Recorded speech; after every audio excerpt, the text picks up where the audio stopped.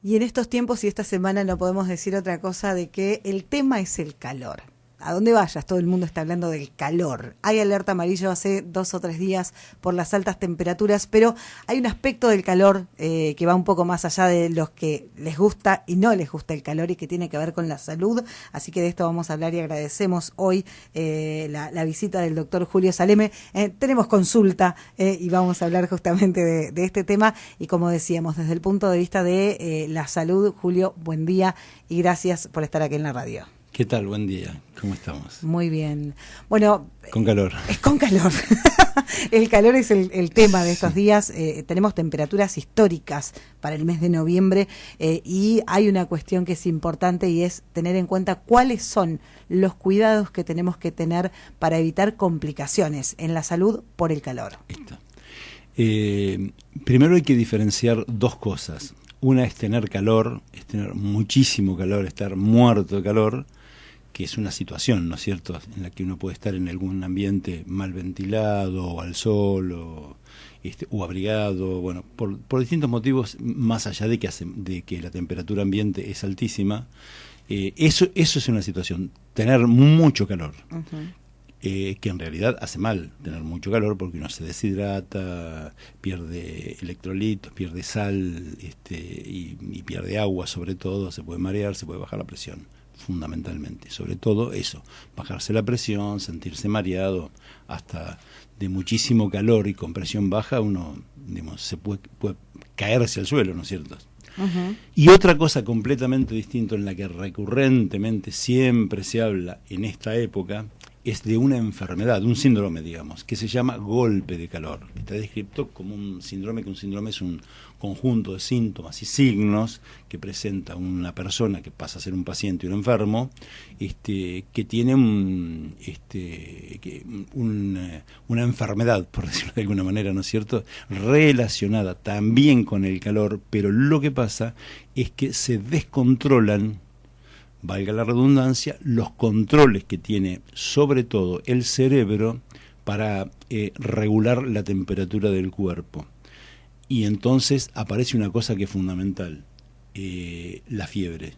Tenemos un paciente con muchísimo calor, colorado realmente, en cambio el que tenía mucho calor normalmente y se baja la presión normalmente uh-huh. se pone más pálido. Claro. No tiene fiebre, está frío, transpirado, y más vale frío por la hipotensión arterial, con chances de perder el conocimiento, de marearse uh-huh. mucho y perder el conocimiento. En cambio, el golpe de calor, digo, repito nuevamente, es una enfermedad en la que hay un descontrol de todo lo que es, digamos, de centros que están en el cerebro, no quiero entrar muchísimo en detalle, pero en el tallo cerebral, donde se regula la temperatura, la presión, un montón de regulaciones de las más vitales para la vida, y esto falla.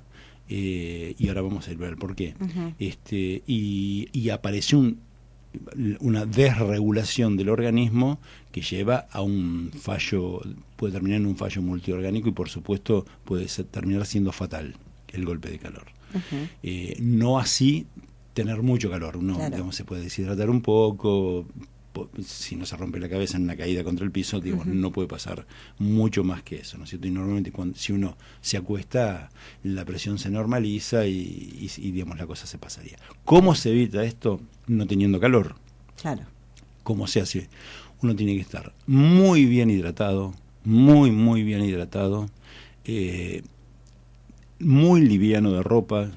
Digamos, la ropa lo que hace es proteger la temperatura digamos, que uno no pierda temperatura. La uh-huh. piel es como un radiador en un coche, para que se entienda. Entonces, cuando hace calor, el organismo quiere perder calor para mantener los 37 y pico grados que tiene que haber internamente para mantener uh-huh. la homeostasis, o sea, todo el mecanismo del organismo, y lo que hace es hacer pasar sangre por debajo de la piel para que el aire la refrigere, un radiador, para que el aire la refrigere Bien. Y baja la temperatura interna. Entonces, para eso uno no tiene que tener ropa. Se abriga para que no pase este mecanismo y no uh-huh. se pierda calor interno cuando uno se abriga. Cuando no tiene ropa, funciona esto. Entonces hay que andar de ropa muy liviana. La ropa clara normalmente no atrae los rayos solares. Si uno sale con una remera negra, al sol va a atraer mucho los rayos solares porque atrae la luz uh-huh. y eso da muchísimo más calor. Claro. como si anduviera con una lupa encima, va a atraer rayos solares y se va a terminar quemando. Esto es importantísimo. Y otra cosa, debería haberlo explicado antes, que el golpe de calor, como es una falla de regulación, normalmente en la gente de mediana edad no ocurre. Sí en los chicos que todavía no tienen maduro su sistema de controles y regulaciones, y sí en el adulto mayor que tiene más endurecido, entre comillas, por decirlo de alguna manera, el sistema el termostato. Claro. De alguna manera, ¿está? Entonces, bueno, esos son los dos extremos de la vida en los que el golpe de calor es muchísimo, muchísimo más frecuente. Es igual de frecuente en varones que en mujeres. Por supuesto que cuando uno tiene sobrepeso está más expuesto porque tiene el sobrepeso se caracteriza por tener una capa de lípidos, de grasa debajo de la piel que hace de abrigo. De alguna manera, ¿no es cierto? No está hecho para eso, como en otros animales, pero en el ser humano sí como depósito de energía para cuando se necesite. Pero hace de aislante, digamos así, del sistema que yo decía, de radiador, y entonces, por supuesto, que están más expuestos los niños, las personas obesas y los adultos mayores. Aparte de esto, por supuesto que determinadas enfermedades concurrentes, la hipertensión arterial, la diabetes, que también produce algunas alteraciones por factores vasculares, sobre todo la esclerosis, puede, por supuesto, producir, más que producir, ayudar, favorecer que el golpe de calor se produzca. En esto contaba, digamos, hay mucha fiebre de golpe, sin una causa bacteriológica o infecciosa, sería, sin tener una infección, es de golpe, es por mucho calor, seguramente también por exposición, por alguna exposición al sol, y produce, sí, primero puede producir una hipertensión arterial, con mucha transpiración, por la fiebre y por el calor, porque no se puede estar disipando, y termina con una pérdida de conocimiento, y decía, bueno, con una falla por pérdida de electrolitos y de sales, de cloro, potasio, de sodio, estas cuestiones, hasta puede terminar en un paro cardíaco. Más o menos este es el cuadro así muy general de lo que sería el golpe de calor, de tener mucho calor. Uno está frío y el otro sobre todo tiene fiebre, que es el primer descontrol importante del cerebro. Estas dos cosas hay que evitarlas, las dos por supuesto. El golpe de calor, lo vuelvo a repetir por tercera vez, puede ser fatal. Claro. O sea, no estamos hablando de que tengo calor. Sí, no es solamente una sensación en el cuerpo nada más, pues sino que, digamos, es un peligro. Ya conté cómo se hace. Y la otra cuestión también es protegerse mucho de la piel. Esto lo vamos a charlar quizás la semana que viene, y vamos a hablar de algunos temas que tienen que ver con esto. Más en detalle. Alimentación y detalles del cuidado de la piel en el sol. Hoy seguramente no vamos a tener tiempo, porque tenemos otro tema de actualidad para esta semana. Sí, bueno, sí hacer una aclaración que la hacemos permanentemente, lo de la ropa liviana, lo de no exponerse al sol y lo de la hidratación, que sí hay que tener en cuenta que es hidratación con agua. Sí. Y la hidratación es con agua. Con agua. La bebida fresca, todas las bebidas frescas, a uno le dan la sensación de que está calmando la sed. Pero la sed es un signo, un síntoma, ¿no es cierto?, que aparece, una alarma, vamos a decirlo para hacerlo fácil, que le aparece a la persona para decirle, me está faltando líquido en el organismo, por eso tengo sed, que es la única manera que tengo de ingresar líquidos al organismo. De perderla tenemos varios mecanismos tiene el organismo para perder líquido, pero para ingresarlo es nada más que por boca, tomando. Bien. Por lo menos normalmente, sino artificial con un suero. Entonces, cuando uno tiene sed, lo que tiene que hacer es aportar agua, que es lo que le está faltando al organismo. A veces hay que aportar agua con sal. Esto lo sabe el médico. En el caso de lo que yo estaba comentando, de las situaciones anteriores, o mucho calor con baja presión, o lo que hay que hacer sí es aportar agua y sodio, cloro, potasio, lo que se ha perdido, por supuesto. Todo lleva un tratamiento en el que hay que aportar electrolitos también, pero para el común de la gente tiene que tomar mucha agua todos los días. Yo recomiendo como mínimo 3 litros de agua por día, que no necesariamente tiene que ser agua fría y en un vaso, sino tranquilamente puede tomar mate, puede tomar otra infusión, tereré, lo que se le ocurra, agua, todo el líquido es líquido para el organismo, basta que sea agua. Las bebidas frías hay que diferenciar dos. Una son las bebidas cola, por decir de alguna manera, que son soluciones hipertónicas de glucosa, así se llama. O sea, tienen más glucosa, más poder osmótico que lo que tiene el organismo mismo. Están fabricadas, están diseñadas para tener sed. Eso, digamos, deshidratan, producen sed, pero están fabricadas, diseñadas de alguna manera para que bien frías den la sensación de que uno se está hidratando, den la sensación de que calman la sed y una sensación de bienestar, que al rato se pierde y vuelve a tener más sed. O sea, están fabricadas para vender de a poquitito siempre un poco más. Claro. Eso por el lado de las bebidas dulces, digamos, de alguna manera. Gaseosas. Tipo gaseosa. Y por otro lado, las bebidas alcohólicas, que también son un peligro en esto. ¿Por qué? Porque producen vasodilatación y entonces nos estaría ayudando a que la presión se baje. O sea, cuando uno piensa, tiene la presión baja, vamos a darle un poquito de whisky. No, al revés. El alcohol baja la presión, porque vasodilata. Por eso uno cuando toma alcohol se pone colorado. Claro. Porque se dilatan los vasos y corre más sangre. Está por debajo de la piel. Y de esa manera, bueno, también se pierde calor, uno muere por hipotermia cuando se pasa de alcohol. Evitar el alcohol, de todas maneras, un poquitito puede ser, pero tampoco. Pero no para quitar la sed. Pero no para quitar la sed. Por un gusto sí, pero no para quitar la sed. Exactamente, de esto estábamos hablando. La sed es con agua. Después de los 3 litros de agua, se puede tomar algo. Julio, por supuesto que vamos a seguir hablando de los cuidados más en detalle, de la alimentación y de un montón de otras cosas, pero hay otro tema. Y el cuidado de la piel. De la piel. Que esto es importantísimo, porque no es solamente porque uno se vaya a pelar, se ponga colorado, se hace ampollas, sino por el cáncer de piel. Lo vamos a hablar en otra oportunidad porque es importante para esta época, de radiación ultravioleta.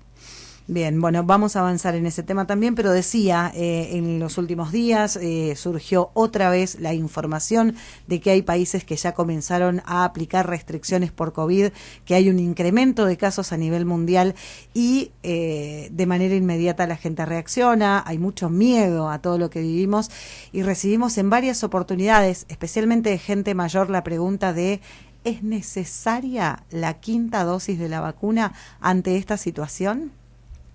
El panorama actual es, en China sigue habiendo casos importantes y lo siguieron habiendo durante todos estos meses, esto lo sabemos, más allá de que la información en China es a cuentagotas, sobre todo de estas cuestiones que son estratégicas. Pero lo preocupante es como ser países limítrofes a nosotros y ¿por qué digo preocupante? Porque es hemisferio sur y estamos en el verano, que es donde no debería haber tanta circulación viral, ¿no es cierto? Y que son Brasil y Chile fundamentalmente, que están reportando un aumento muy marcado y han empezado con restricciones, tanto Brasil como Chile, como ser en el uso de barbijo, de tapaboca, en algunos lugares, como si ya no se puede, en los vuelos en Brasil no se puede viajar sin tapabocas, en los aeropuertos no se puede estar sin tapabocas, digo, en algunos lugares nada más, no quiere decir que ya sea obligatorio ni que hay confinamiento, pero sí, es alarmante que en el hemisferio sur, que estamos cursando el verano, digamos, tengamos un rebrote. Nos pasó ya a nosotros hace 2 años que en verano arrancó un pico importante. Sí. Yo no tengo datos, sí de la Argentina te puedo decir que de la última semana epidemiológica a la anterior los casos subieron más del 50%. Y no es una información muy veraz, habría que pasarla por el veraz. Digamos, parece ser que estarían subvaluados. O sea que no, digamos, no es que esté mentida, sino que está subvaluado, que no se ha informado, porque esto vos te imaginarás que llega a un centro nacional central la información periférica de todo el país. Claro. Digamos, parece ser que no ha habido la rigurosidad necesaria que había en otros momentos para la recolección de los datos y sería mayor que esto, pero aumentó más del 50%, estamos hablando de más de 3.000 casos, con creo que 20 y pico muertos en la semana, digamos una situación que es alarmante. ¿Por qué? Porque lo compara con la semana anterior y aumentó el doble. Claro. Si esto sigue, vamos a una circulación rápida. No tengo datos, y los estuve buscando y no pude encontrarlos, de qué variante está circulando en Argentina. Suponemos que sigue con Omicron, que fue lo último que nosotros tuvimos y los datos que se mantenían en pie. Pero bueno, esto se va a ir viendo durante las próximas semanas. Bueno, dicho esto, en la situación en la que estamos, dicho esto, hay que hablar de la quinta dosis o cuarta para los que tienen tercera, que cumplieron. Acordate que el plan de vacunación era primera dosis, segunda dosis y un refuerzo. Este es el plan básico mínimo necesario. Después de eso vino una revacunación, que es un refuerzo, así se llama, que se indicaba sobre todo para niños y para, o sea, personas no niños, sino que con riesgo por enfermedades. Grupo de riesgo, sí. Las enfermedades que pudieran estar cursando las personas que sean más vulnerables a la pandemia. Y los mayores de 60 años.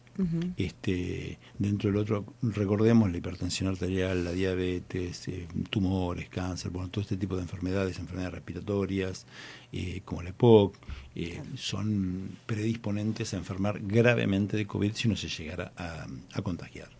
Entonces, ahora viene por qué la necesidad de la quinta dosis. Uno lo que hace es un refuerzo, por eso yo lo remarqué, la palabra refuerzo, porque nosotros tenemos guardado información sobre el virus que nos va a producir anticuerpos guardado en los linfocitos, linfocitos B y linfocitos T.